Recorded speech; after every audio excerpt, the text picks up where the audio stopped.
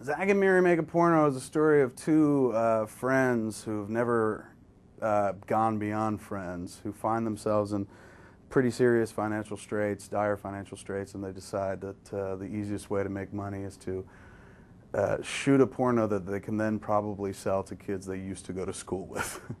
It's a little convoluted when I was writing it, but now in the current state of the economy, it feels very plausible.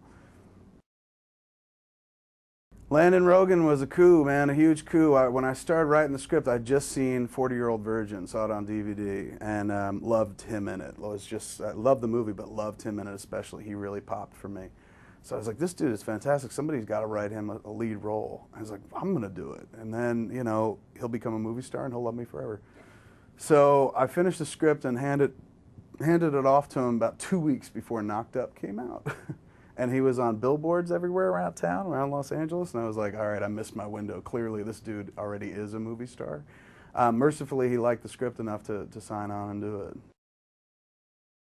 He can sit there and add, you know, 20 lines to a delivery that all fit the scene perfectly, fit the tone of the movie perfectly, fit the character perfectly, and it's not just a dude doing it to make the crew laugh. It's a dude who's just like, I understand the character, I understand the story, I know where it needs to go, I know what the aim of each scene is, and still, I can bring this to it, and it can make it better.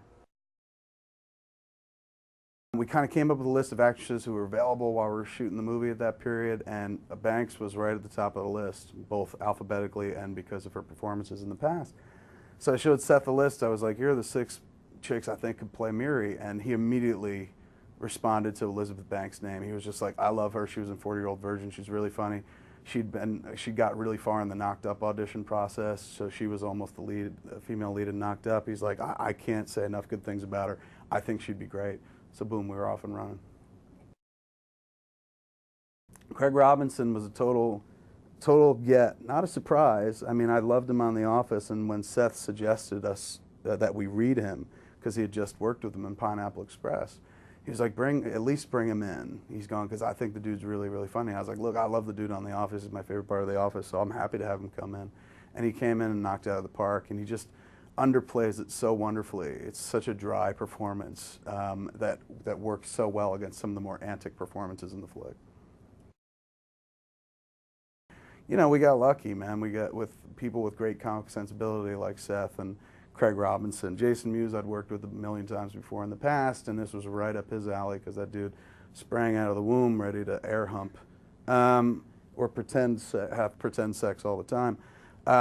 And then everyone like Katie Morgan, who still works in the adult film industry and has her show on HBO, was just such a natural fit because she could also act as well, which is very rare in that adult film actress set. And then we got the grand dame herself. We got Tracy Lords, whose name is almost synonymous with porn, even though she hasn't made an adult film in like 20 years.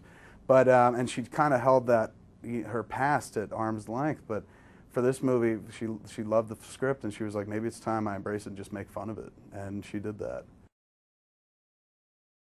I think anybody looking for some laughs and a good time, and they'll find it in Zach and Miri Make a Porno, that's for sure. But I think most people will be kind of surprised by how ultimately sweet the movie is. Because with a name like Zach and Miri Make a Porno, you figure like, all right, it's definitely a raunchy comedy, but it's actually a very, very sweet movie. It's kind of tender. There's a tender little love story buried under all that filth.